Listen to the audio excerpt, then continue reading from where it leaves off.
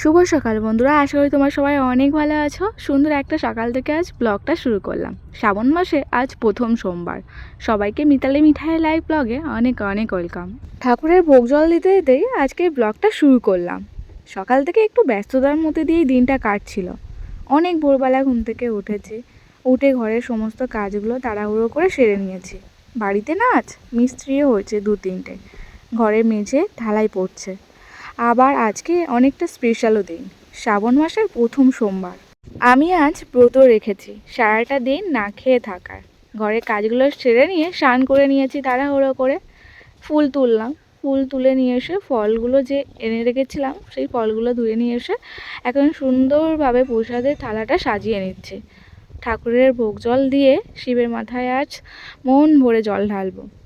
আর মিঠাইও আমার সাথেই রয়েছে, ওকে বেশিরভাগ সময় আমার কাছাকাছিই রেখেছে।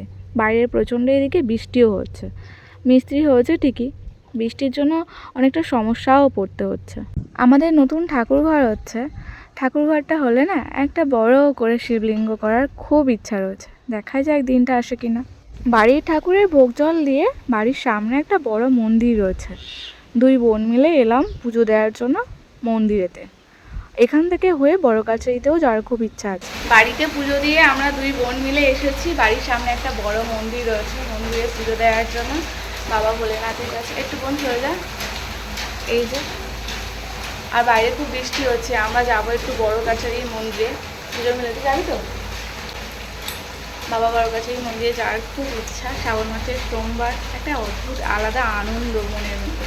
সকাল থেকে পুজোর জোগাড়জাটি, ঠাকুরের জন্য সেবা দেওয়া একটা আলাদাই অনুভূতি।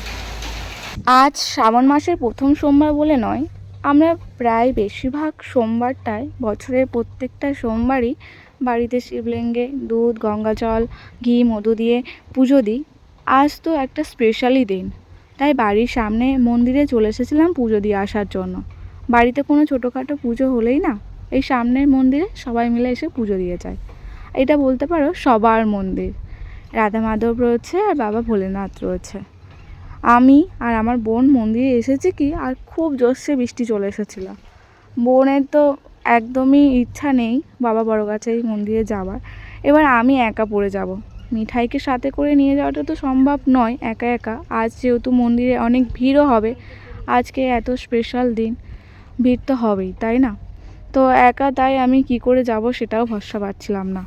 মিঠাইকে স্নান করিয়ে দিলাম, বাড়িতে এসে সুন্দর করে ওকে সাজিয়ে দিচ্ছি। আমার সাথেও যাবে বলে না বায়না করেছিল মন্দিরে, আমি ওকে সাথে করে নিয়ে যাইনি। তো ও কি করেছে দেখো, বিছানাটা সব যা ছিল বাস্কেটে জামা কাপড় আমি যেগুলো বিছানার মধ্যে গুছিয়ে রেখেছিলাম সব এলোট পালট করে দিয়ে একদম লণ্ডভণ্ড করে দিয়েছে। আমি ওকে সাথে করে নিয়ে যাইনি বলে। বাড়িতে এসে আমাকে দেখে এত খুশি হয়েছে, আমাকে আবার দেখাচ্ছে, মা দেখো কী করেছি কী করেছি। দুষ্টু মিঠাই। ওকে স্নান করিয়ে দিয়ে ওর খাবারটা আমি তাড়াহুড়ো করে করে নিয়েছি। ডিম ভাজা, আলু ভাজা। আজ কোনো তরকারি করে দিইনি। 2 দিন ভোর একটু ওর শরীরটা খারাপ ছিল না, ওর মুখরোচক খাবার। আর আজকে একটু তাড়াহুড়োও ছিল, বাড়িতে আবার কাজও হচ্ছে, বুঝতেই পারছো। সব মিলেমিশে যেটুকু আর কি আমি তাড়াহুড়ো করে করতে পেরেছি, ওর জন্য আজকে করে দিয়েছি।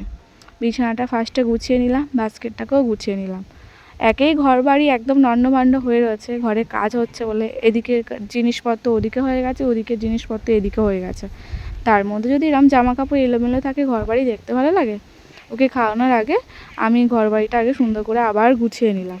অল্প জায়গা হলেও জিনিসপত্র যদি সুন্দর করে গুছিয়ে রাখা যায়, একটা আলাদাই সৌন্দর্য চলে আসে। আমাদের বাড়ি কতটা কাজ হলো তোমাদেরকে একটু শেয়ার করি, দেখাই। এই যে এখন ইট বালি সিমেন্ট একবার মাখানোর পর শেষ হয়ে গেছিলো, আবার রিপিটলি মাখাচ্ছে। এইদিকে দেখতেই পারো এই ঘরটা অনেকটা বড় হয়েছে। আমি প্রথমেই ভেবেছিলাম একটা ঘরের হয়তো দেয়াল তুলবে, কিন্তু এখনও অবধি দেয়াল তোলেনি। মনে হচ্ছে ওই ঘরটা পুরো একদম বড় রাখবে, ডাইনিং রুমের মতো হয়ে যাবে। ওখানে অনেক কিছু জিনিসপত্র রাখা যাবে। ঢালাই পড়ে গেল পুরো প্রায় অনেকটাই, আর হাফটার মতো বাকি। ওদিকটা শেয়ার করলাম। এদিকে আবার মিঠাইয়ের জন্য ভাত তরকারি নিয়ে চলে এসেছি খাওয়ানোর জন্য। মিঠাই একটু ফোন দেখার জন্য বায়না করছিল, ওর ঘুম পেয়ে গেছে আসলে। স্নান করে উঠলেই ওর যেন একটা ঘুমের হালকা ভাব চলে আসে, খাবার ওর একদমই ইচ্ছা হয় না। তাই ওকে একটু ফোন চালিয়ে দিয়েছিলাম যাতে দুগাল খেয়ে নেয়। আজ যেহেতু আমি উপোস করে রয়েছি, আমার না অতটা এনার্জিও নেই যে ওকে আমি একটু ঘুরিয়ে ঘুরিয়ে খাওয়াবো। চারিদিকে আবার জিনিসপত্র এলোমেলো হয়ে রয়েছে, ঘর দাবার একদম ওলট পালট হয়ে। ও যদি দৌড়াদৌড়ি করে এদিক ওদিক করে, খাওয়াতেও খুব অসুবিধা হবে। মিঠাইকে খাইয়ে দেওয়ার পর ও ঘুমিয়ে পড়েছিল, কাশি হচ্ছিল, ঘুমটা ভেঙে গেছে, ব্যাস আর ঘুমায়নি। তারপর থেকে দেখো কেমন কান্নাকাটি ঘ্যান ঘ্যান করেই যাচ্ছে। ঘুম না হলে বড়দের যেমন হয়, ওরও ঠিক সেই রকম। আর কত চেষ্টা করলাম ঘুম পাড়ানো, কিছুতেই ঘুমালো না। বিকেল হতে আমি একটু সাবু ভিজিয়ে রেখেছিলাম, সেটাই খাচ্ছে। খাবো না একদমই বলেছিলাম, দিদা তো বকাবকি করছিল, মিঠাই অনেকটা ছোট, আর একদম না খেয়ে থাকলে হচ্ছে অনেক শরীরের দিক দিয়েও সমস্যা হবে। তাই দিদা বললো যে সাবু ভিজিয়ে খা, কিছু হবে না, এটা খাওয়াই যায়। সাবু ভাত না খেলেই হলো, ফল সাবু টাবু এইসব করে খাওয়া যায়। আমি খাচ্ছিলাম না, আমার এমনিতে খিদে পাচ্ছিল না, এই হচ্ছে ব্যাপার। বৃষ্টি হচ্ছিলো বলে জামা কাপড়গুলো রোদে দেওয়া হয়নি, সেইগুলো বৃষ্টিটা থামতে জামা কাপড়গুলো নিয়ে এখন বার করে দিচ্ছি বাইরের দিকে। রোদ তো নেই, হাওয়াতে যতটুকু জল ঝরে যায়। হালকা ভিজে থাকলে ঘরের দাবা বা ঘরের মধ্যে দিয়ে দিলে পাখার হাওয়ায় শুকনো হয়ে যাবে। 4-5 দিন ভোর তো নিম্নচাপের মতো বৃষ্টি হয়েই যাচ্ছে, মেঘ হচ্ছে, ব্যাস বৃষ্টি শুরু। 23 তারিখ অবধি হওয়ার কথা রয়েছে, এরম হবে বৃষ্টি। বিকেলে কাজগুলো সারলাম। আজ না খেয়ে রয়েছে না, কিছু মনেই হচ্ছে না। সাবুটা খাওয়ার পরে যেন শরীরটা যেন একটু খারাপ লাগছে। অনেক বেলা করেই খেয়েছে, দিদা বললো যে খাওয়ার ইচ্ছাটা নেই, ছিল না আর কি। তো খেয়েছি, খাওয়ার পরে যেন গ্যাস মতো হয়ে গেছে। মিঠাই আর চার দেখো কিভাবে খেলাধুলা করছে। মিঠাই আজ দুপুরবেলা একটুও ঘুমায়নি জানো, আজ ও একটু ঘুমিয়েছে, হালকা কাশি হচ্ছিল, ওতে ঘুম থেকে উঠে গিয়ে আর ঘুমায়নি। এবার সন্ধ্যাবেলা হয়তো একটু তাড়াতাড়ি ঘুমিয়ে পড়বে, কি করে। সন্ধ্যের খাবারটা একটু তাড়াতাড়ি খাইয়ে দেবো। হ্যাঁ, কে নিয়েছে জেলি লাজেন তো গালে দিলাই ব্যাস।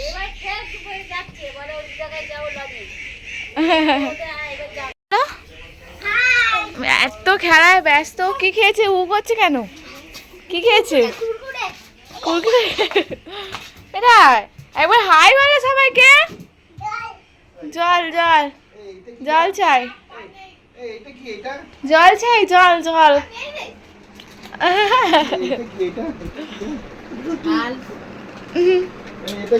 চাঁদা নেড়া হয়ে গেছে,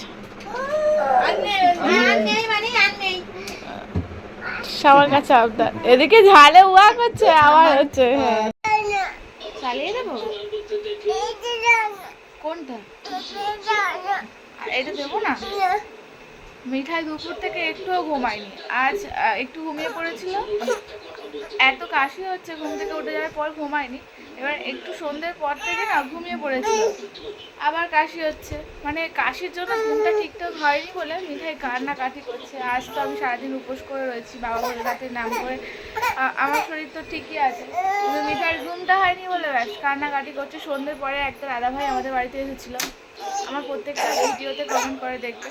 আমাদের বাড়ির কাছাকাছি বাড়ি ওনার, উনি একটা ইউটিউব চ্যানেল খুলে বলে আমার কাছে এসেছিলো। মিঠাই এত কান্নাকাটি করছে, রাস্তাটা চলে গেল। কিছুটা করার পরে উনি চলে গেছে। বললাম দাদাভাইকে যে এইভাবে করলে তুমি করে নিতে পারবে, আর যদি সেরকম অসুবিধা হয় তো আসবে আমার কাছে। দেখতে পারে এইভাবে কান্নাকাটি করছে খালি।